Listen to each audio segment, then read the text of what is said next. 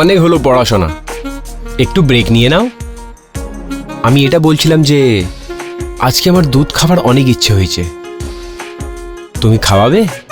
হ্যাঁ একদম ঠিক আছে, এক্ষুনি নিয়ে আসছি। যাও।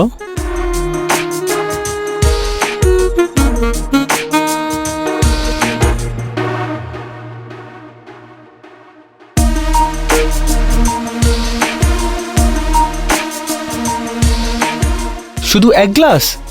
তুমি খাবে না? না, আমার মন করছে না। কিন্তু আজকে আমার অনেক ইচ্ছে হয়েছে। কি? মানে তোমার সাথে দুধ খাওয়ার। আচ্ছা ঠিক আছে, এক্ষুনি নিয়ে আসছি আরেক গ্লাস।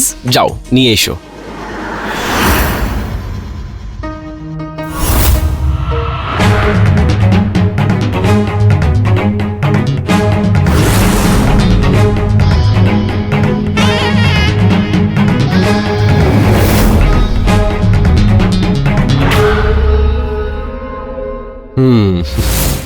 এক মিনিট দাঁড়াও দাঁড়াও দাঁড়াও দাঁড়াও, এরকম না, আজকে দুজন দুজনকে দুধ খাওয়াবো, ঠিক আছে?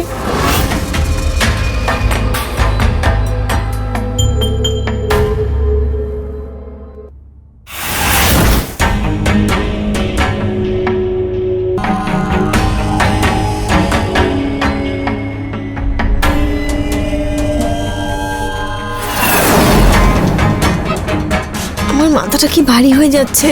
আরে তুমি সকাল থেকে পড়াশোনা করছো না, সেই জন্য হচ্ছে। সেটাই হতে পারে।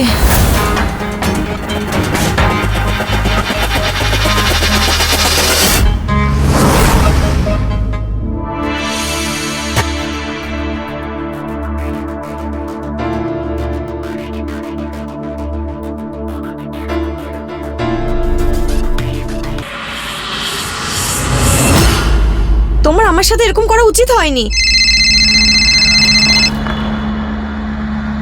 হ্যাঁ দিদি। সপনা, কোথায় তোরা? সকাল থেকে গেছিস? ওই দিদি, জামাইবাবুর সাথে একটু বাইরে ঘুরতে এসেছিলাম। আমি পরে করছি তোমাকে ফোন। আরে সপনা, কিন্তু আমার। Okay bye. সপনা। হ্যাঁ তাহলে কি বলছিলে তুমি? আমার দিদি প্রেগনেন্ট আর তুমি ওর সাথে সম্পর্ক করতে পারছিলে না, তাই তুমি আমার ফিগার দেখে আমার উপরে ফিসলে গেলে আর তুমি আমার ফায়দা উঠিয়ে নিলে, তাও আবার আমাকে বেহুশ করে। How disgusting. স্বপ্না, তোমার লজ্জা হলো না আমার সাথে এরকম করতে? স্বপ্না প্লিজ আমায় ক্ষমা করে দাও। আসলে ব্যাপার এই হচ্ছে কি, আমি তোমাকে ভালোবাসতে লেগেছি। জামাইবাবু, আমিও তোমাকে অনেক ভালোবাসি। আমি তোমার উপরে এই জন্য রেগে আছি যে তুমি বেহুশ করে আমার সাথে এসব করেছো। তোমার এরকম করা উচিত হয়নি, তাহলে সামনেই বলে দিতে, আমি খুশি খুশি চলে আসতাম। কিন্তু এভাবে করা উচিত হয়নি। Swapna, I am really very sorry. I love you.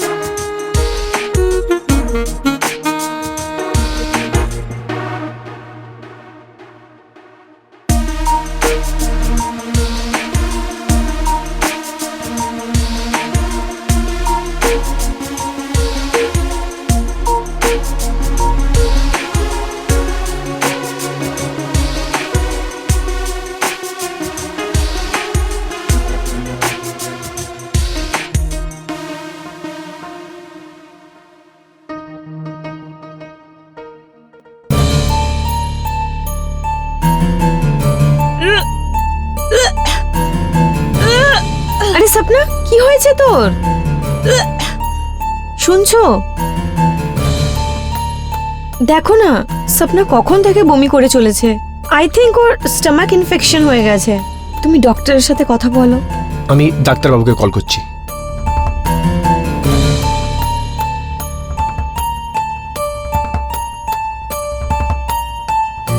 তুই নিশ্চয়ই কিছু স্পাইসি খেয়েছিস, তাই এরকম হয়েছে। হ্যালো ডাক্তারবাবু।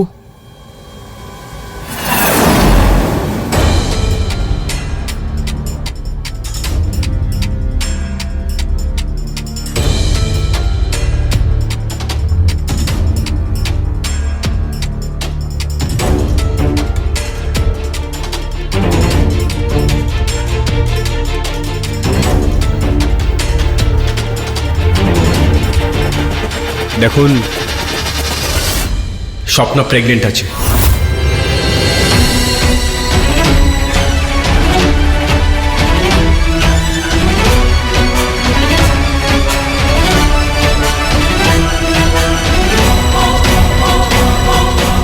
তিন মাস থেকে প্রেগনেন্ট আছে।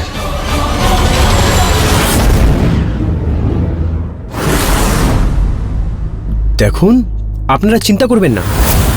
ইন্টারনালি যে কোনো দরকার পড়ে আমাকে বলে দেবেন, কেউ কিচ্ছু জানতে পারবে না। ঠিক আছে, বেরোচ্ছি আমি।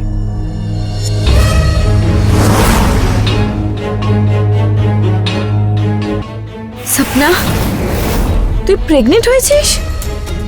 হ্যাঁ, কে করেছে এসব? সপনা, কারোর সাথে অ্যাফেয়ার রয়েছে? বল, বলছিস না কেন? বল আমাকে। নিখিলেশ, কিছু তো জিজ্ঞেস করো। তুই বুঝতে পারছিস তুই এখানে এক্সাম দিতে এসেছিলিস? এক্সাম দিতে এসেছিলিস তো, নাকি এইসব করতে এসেছিলিস? আর কি চলছে এইসব? 3 মাস ধরে প্রেগনেন্ট তুই, অ্যাফেয়ার চলছে, ছেলের সাথে চক্কর। কে এই বাচ্চার বাবা? কে আছে? সপনা, প্লিজ বল আমাকে। জিজ্ঞেস করছি কখন থেকে, প্লিজ বল না।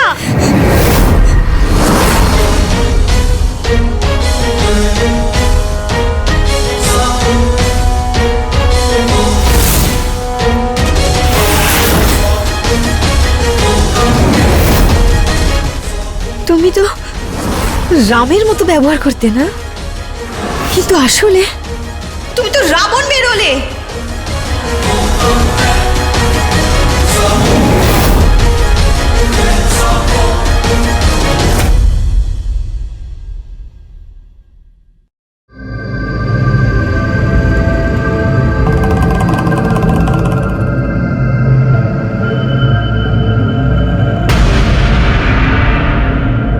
মাধুরী, দেখো, ভুল তো হয়ে গেছে আমার থেকে, কিন্তু এবার কি করা যাক? অ্যাবর্শন। অ্যাবর্শন? কেন? যদি আমার অ্যাবর্শন করানোরই থাকতো তাহলে আমি পিলস খেয়ে নিতাম না। কোনো অ্যাবর্শন হবে না, বুঝেছো তুমি?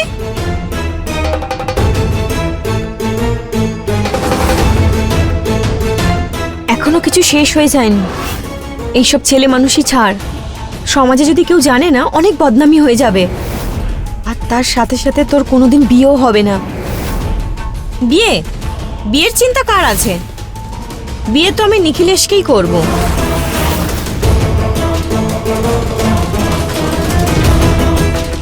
জামাইবাবু থেকে ডাইরেক্ট নিখিলেশ? খুব ভালো। নিজের ছেলে মানুষই ছাড় আর অ্যাবর্শনের জন্য তৈরি হয়ে যা, আর এই মামলাটা এখানেই শেষ কর। যদি অ্যাবর্শন করালে এই মামলাটা শেষ হয়ে যাবে না, তাহলে আমি করতে চাই না এই মামলাটা শেষ। সপনা, তোকে তো আমি একটু দেখাচ্ছি। দাঁড়াও, দেখো, তোমরা দুজন ঝগড়া করা বন্ধ করে দাও। আমি স্বপ্নাকে বোঝানোর চেষ্টা করছি।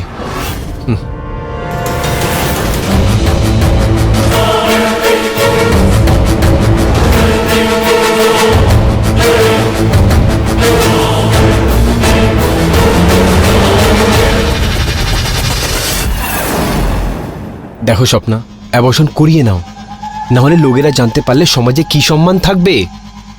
দেখো, তুমি যে 8 ঘন্টা ধরে সমাজ সম্মান নিজের স্ত্রীর বদনামি হওয়ার ঢোল পেটাচ্ছ না। স্বপ্না, আমি ঢোল পেটাচ্ছি না। দেখো, তুমি যদি অ্যাবর্শনের জন্য এভাবে ফোর্স করো, আমি সোজা পুলিশ স্টেশনে কমপ্লেন করব। তারপর তুমিও জানো তোমার কি অবস্থা হবে। স্বপ্না, দেখো, আমার কথা শোনো। নিখিল, আমি তাও তোমাকে কিচ্ছু বলিনি। জানো কেন? কারণ আমি তোমাকে অনেক ভালোবাসি। কিন্তু আমি তোমার ওইরকম অবস্থা কিছুতেই দেখতে চাই না। আমি তোমাকে আমার স্বামী মনে করি। তুমি যদি আমাকে প্রাণ দিতেও বলো না, তাহলে আমি খুশি খুশি আমার প্রাণও দিয়ে দেবো। কিন্তু আমার এই পেটে থাকা ছোট্ট বাচ্চাটার গলা টিপতে পারবো না। I love you Nikhilesh. কিন্তু স্বপ্না, তোমার এই পেটের আমি সমাজকে কি জবাব দেবো? বিয়ে। স্বপ্না, তুমি জানো না আমি তোমার বোনের হাজব্যান্ড, অলরেডি বিবাহিত আছি আমি। হ্যাঁ, যদি আমাদের বিয়ের জন্য দিদি রাজি হয়ে যায় তাহলে ঠিক আছে, নাহলে আমি তোমার জন্য দিদির প্রাণও নিয়ে নেব। আরে না না, তুমি এরকম কিছু করবে না, আমি কথা বলছি ওর সাথে। বসো, এখানে ডিসাইড করে নাও যে তুমি আমার আর আমার দিদির মধ্যে কাকে চুজ করতে চাও। যদি তুমি দিদিকে না মারো তাহলে আমি আমার প্রাণ দিয়ে দেবো। না স্বপ্না, তুমি এরকম কিচ্ছু করবে না, আমি তোমাকে হারাতে চাই না।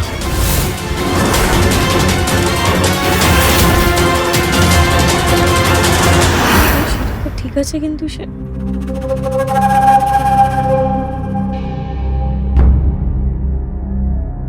ডাক্তারবাবু, আপনি ওর অ্যাবর্শনের ব্যবস্থা করুন। নিখিলেশের সাথে কথা বলে নিয়েছে।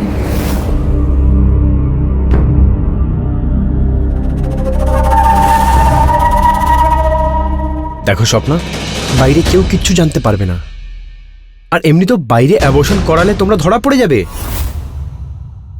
আর আমি এইসব অনেক কম খরচায় করে দিয়েছি তোমাদের জন্য।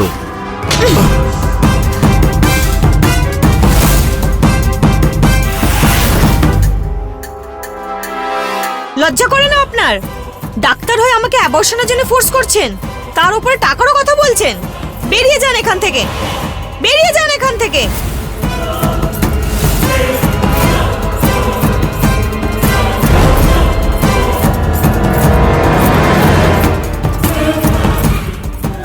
এসব কি হচ্ছে? হ্যাঁ নিখিলেশ, তুমি ওর সাথে কথা বলেছিলে তো? বুঝিয়েছিলে না তুমি ওকে? তাহলে চুপ করে কেন দাঁড়িয়ে আছো?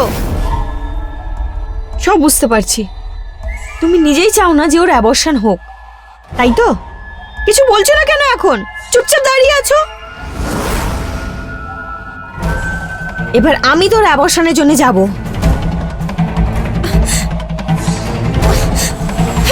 ছাড়ো আমার হাত। নিজের লিমিটে থাকো দিদি। আমার ছোট বোন হয়ে তুই আমাকে লিমিট শেখাচ্ছিস? হ্যাঁ, তোর অ্যাবর্শন তো আমি করিয়েই ছাড়বো। চল এখন, চল আমার সাথে।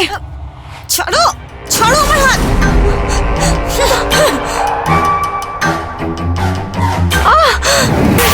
কি দেখছো? মারো না।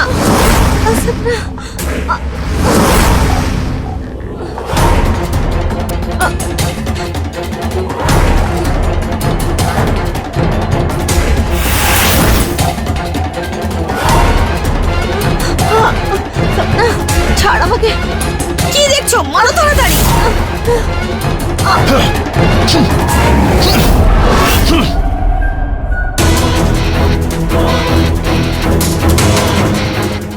আমার ঘর বরবাদ করতে চলেছিস, নিজেই বরবাদ হয়ে গেছিস।